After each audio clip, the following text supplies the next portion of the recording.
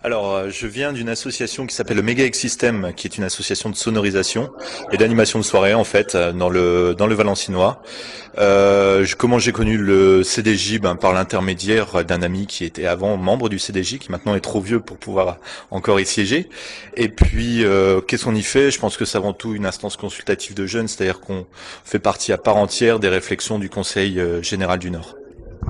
Et aujourd'hui à Roubaix, qu'est-ce que vous êtes venu concrètement faire dans les locaux? Alors déjà merci de nous accueillir ici parce que c'est vraiment un super cadre, on peut travailler dans de très bonnes conditions. Et puis aujourd'hui, on a réfléchi un peu, donc c'était la séance plénière, donc il y a un bureau qui se réunit pour faire les ordres du jour des différentes réunions. Et lors des séances plénières, tout le CDJ essaye de se regrouper afin de discuter des thèmes abordés et des actions à mener. Là aujourd'hui précisément, on s'est plus attardé sur les assises de la discrimination qu'on va essayer de mettre en place. Merci Guillaume. Mais c'est moi qui t'en remercie. À la base, c'est parce que je fais les formations BAFA que j'ai eu la possibilité d'intégrer le CDJ. Donc ça fait 1 an environ que je suis au CDJ. Aujourd'hui à Roubaix, donc on a beaucoup travaillé sur le projet de lutte contre les discriminations. Donc notre projet, c'est de mettre en place des assises en 2008. Donc les assises seraient l'occasion d'échanger sur des actions qu'on a menées entre aujourd'hui et 2008.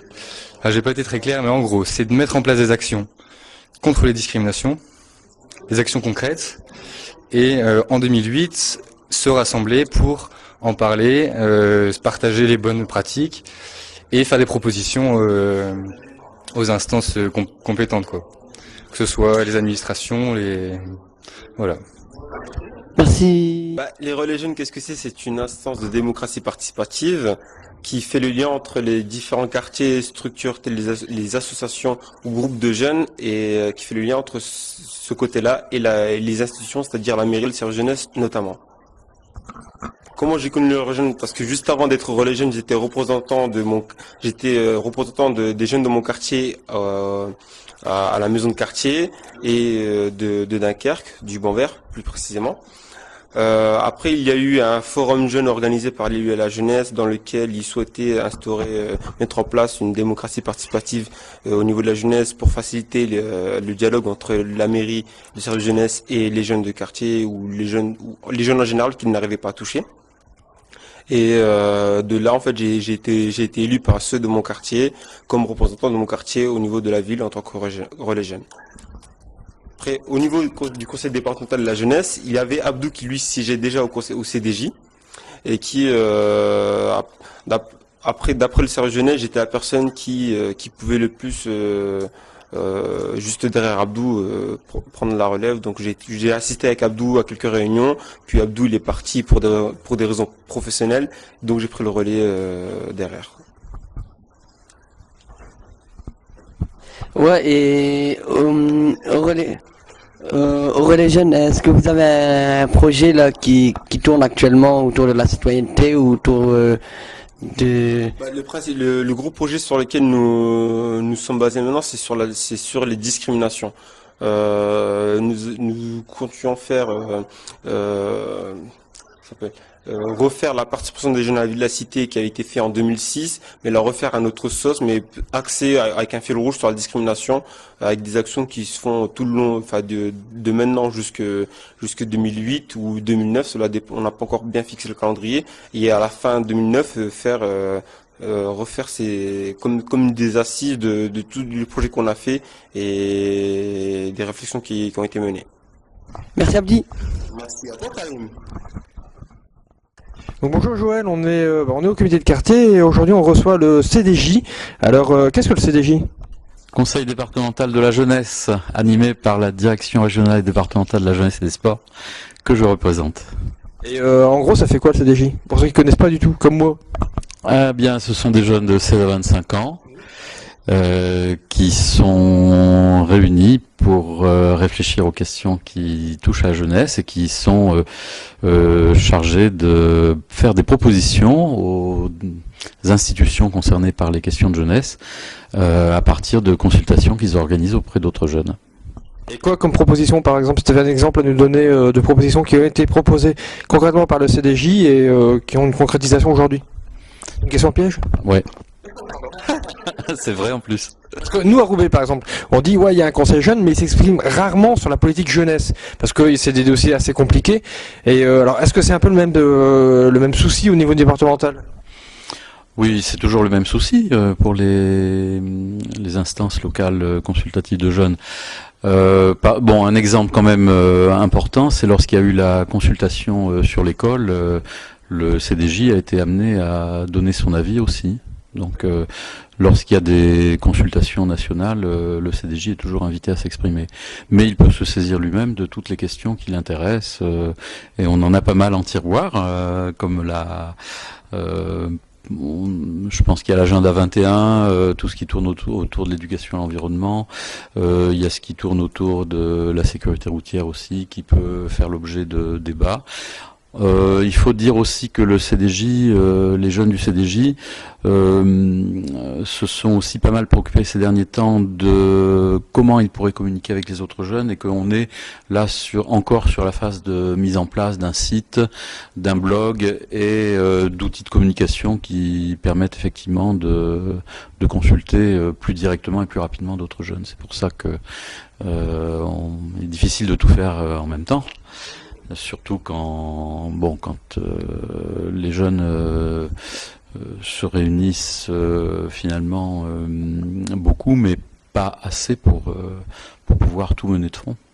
Alors, quand tu dis que le conseil jeune, en fait, le conseil départemental de jeunes fait des propositions, il fait des propositions à qui, à quelle instance? Alors logiquement, l'instance, c'est le préfet, puisque c'est le représentant des services de l'État, et a priori, c'est le préfet qui est censé après faire remonter au niveau national, pourquoi pas, ou départemental, auprès d'autres institutions. Maintenant, dans la pratique, je crois que l'action que peut mener un conseil de jeunes, c'est surtout par rapport à des questions de la vie quotidienne et de choses qui préoccupent les jeunes tous les jours. Donc on peut penser que les avis des jeunes, c'est surtout en direct qu'ils les font connaître à ceux qui ont besoin de les entendre. Parce que, à ce que je sache, c'est pas de la polémique, mais un préfet, ça bouge pas mal, quoi. Alors, est-ce que ce serait pas plus pertinent de s'adresser à des élus régionaux ou municipaux ou départementaux, plutôt qu'un préfet qui va être là, les 6 mois, 1 an? Mais l'un n'empêche pas l'autre. Certes. C'est-à-dire qu'il n'y a pas longtemps, il y a eu une rencontre avec le vice-président du conseil régional chargé des questions de jeunesse, et par conséquent, c'était une excellente occasion de dialoguer avec lui, et lui-même était intéressé effectivement à entendre les jeunes, aussi bien d'ailleurs du CDJ 59 que du CDJ 62, Pas-de-Calais, parce qu'effectivement, il y a des préoccupations propres au conseil régional qui peuvent rejoindre celles du préfet. Maintenant, un préfet il bouge, mais son successeur est en charge des mêmes problématiques et des mêmes responsabilités. Par conséquent, même si les relations avec les personnes ont leur importance, celui ou celle qui lui succède est représentant des services de l'État. C'était pas pour mettre à mal le préfet, mais c'était plus pour dire que voilà, les gens changent et c'est jamais évident de faire bouger les choses. Et j'avais une autre question aussi sur l'image des jeunes. Dans les médias, on donne toujours l'image des jeunes violents, banlieue, enfin tu vois le cliché, alors que les jeunes qui font partie du conseil jeune, des conseils jeunes, c'est quand même des jeunes assez structurés et justement qu'on valorise. À mon avis, jamais assez. Qu'est-ce qu'il faudrait faire pour mieux valoriser vos initiatives? Alors, pour valoriser les initiatives des jeunes, je pense qu'effectivement, il faut mettre en avant les projets qui sont des projets forts en termes d'engagement des jeunes et qui démontrent qu'ils ont non seulement beaucoup d'idées, mais qu'ils ont la capacité à les mettre en œuvre. Et je crois que c'est comme ça qu'on peut effectivement faire mieux admettre l'idée que les jeunes, c'est de l'énergie, c'est des forces de proposition et ça peut être très positif pour la collectivité. C'est clair, nous on y croit aussi. Donc dernière question, vous étiez aujourd'hui donc à Roubaix pour préparer une journée sur la discrimination. Alors est-ce que tu peux m'en dire 2 mots? Eh bien, c'est un projet qui émane des membres du CDJ, puisque parmi les actions que les jeunes souhaitent développer, il y avait cette thématique de la lutte contre les discriminations qui arrivait en priorité. Et aujourd'hui, on peut dire que c'est un peu l'aboutissement d'une première étape qui était celle d'organiser un premier temps de réflexion avec des jeunes qui voudraient porter des projets dans ce domaine-là, de pouvoir les former aussi avec l'intervention de personnes compétentes dans ce domaine-là et leur donner les moyens matériels pour se retrouver, pour se réunir et discuter ensemble de leurs projets. La perspective maintenant, c'est d'ici un an d'avoir beaucoup de projets réalisés dont les jeunes porteurs de projets pourraient témoigner lors d'assises de la lutte contre les discriminations, portées par eux-mêmes. C'est très important, ce n'est pas une opération institutionnelle, c'est une opération qui est portée entièrement par les jeunes et on souhaite qu'elle le soit jusqu'au bout.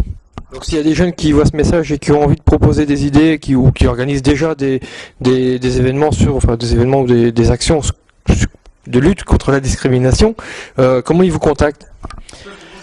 Alors déjà, ils peuvent s'adresser aux jeunes qui sont les plus proches d'eux, puisque entre autres sur Roubaix, il y a plusieurs membres du CDJ qui sont qui sont très présents et très actifs.